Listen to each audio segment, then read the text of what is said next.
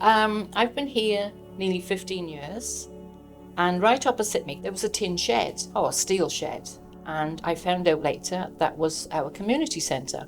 If I was walking up the shop and saw somebody from the bungalows, and they'd say, well, there's nothing to do in this area, and I'd say, well, come down the shed, we're on a Thursday.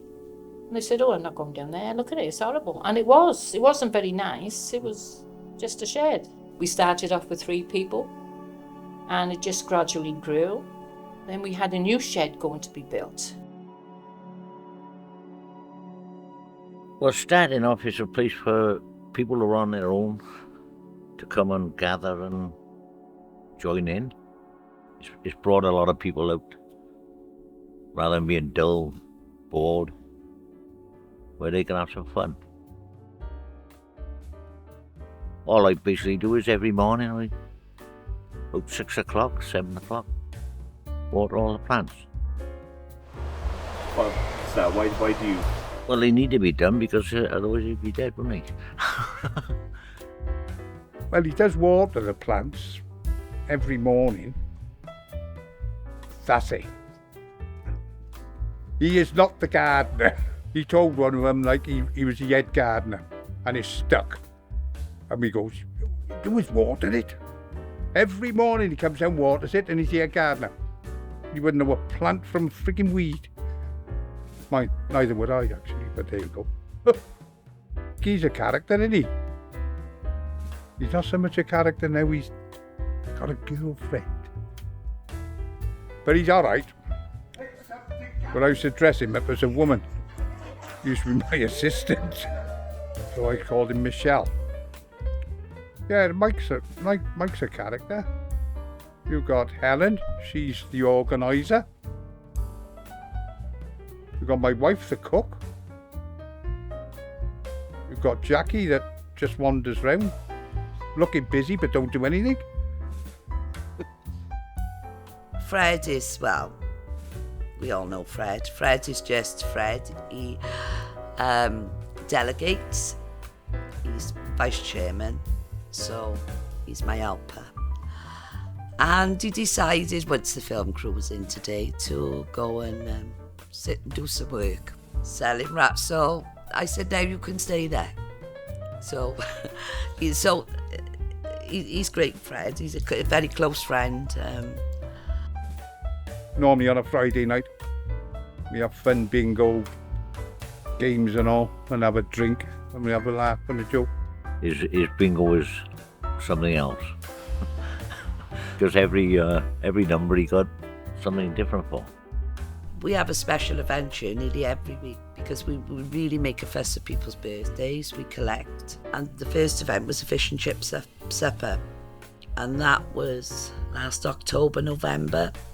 Well, Ian, the caretaker, came up and he said, Al, this is great. How often can we do it? Because he's big, he's really such a big help, and we class him as one of us. He lives here with us all day. He just pops home at night. Ian, I mean, he is amazing guy too. He'll listen to people and does all sorts of things. I mean, he goes the extra 10 miles, really. He'll sit down to somebody if they're really distressed and upset, and listen and try and help them or signpost them. And you think, that's not really his job. But he's, if you like, part of the furniture. He's part of the fabric of the place.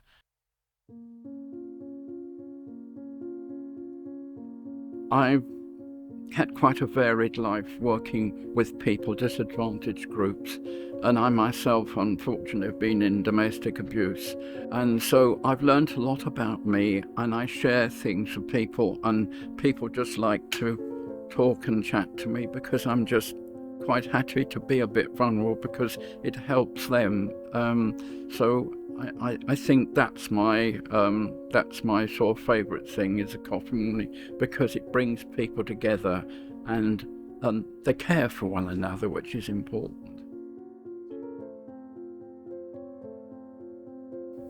How I end up here, I I married my husband and we come and lived here, but he sadly passed away.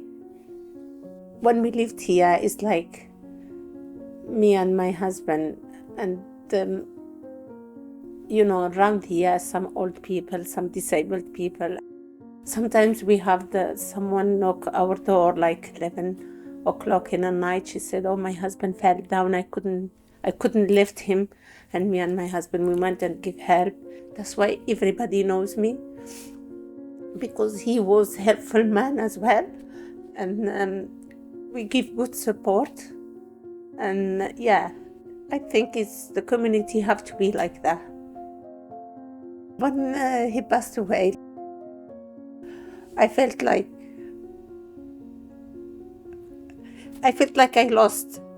I felt terrible. I cannot even explain it. And I had days and days just crying. Couldn't. And luckily I met Carol, and she knows about my story. Without her, I don't think I'd be here. Yeah. Have you had a favourite sort of moment of being in the shed so far with that community? Like today, like when they rang Christine, like today, and I've met some absolutely brilliant people. No good hiding behind there, Chris. You better. Like getting some plates and tea. No, you better come out. She's wonderful, her. Somebody mentioned once, Christine, that did you bring Pat and sandwiches after you had a fall? Yeah. Oh, yes, she did, yeah. Oh, you've got a good She's memory. my bestest lady, she is. I'm not, you bloody liar. And and it was just, and it was so like, what can I say? I mean, I don't know her that well. And she brought me this packet of crisps, 4 sandwiches and a piece of pork pie. Well, I was floored, and it were an act of true kindness. It really touched me, because you don't see enough of that,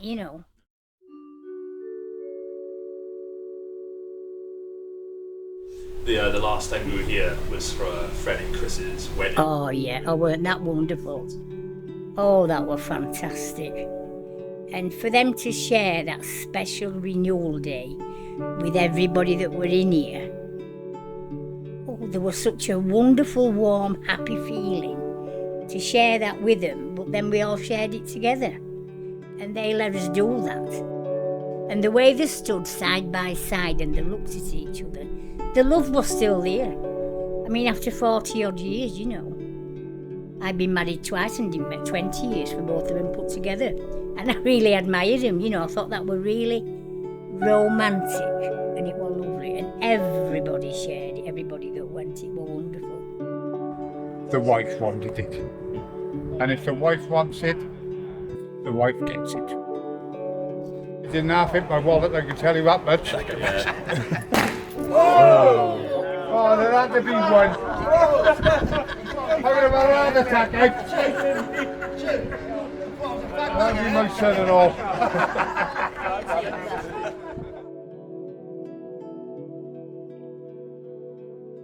I'm Mike 35. Mike 35. There's 5 or 6 mics, yeah, so... Yes, I think I've seen a big mic. It was on up 35. I wish I was, lad. 6.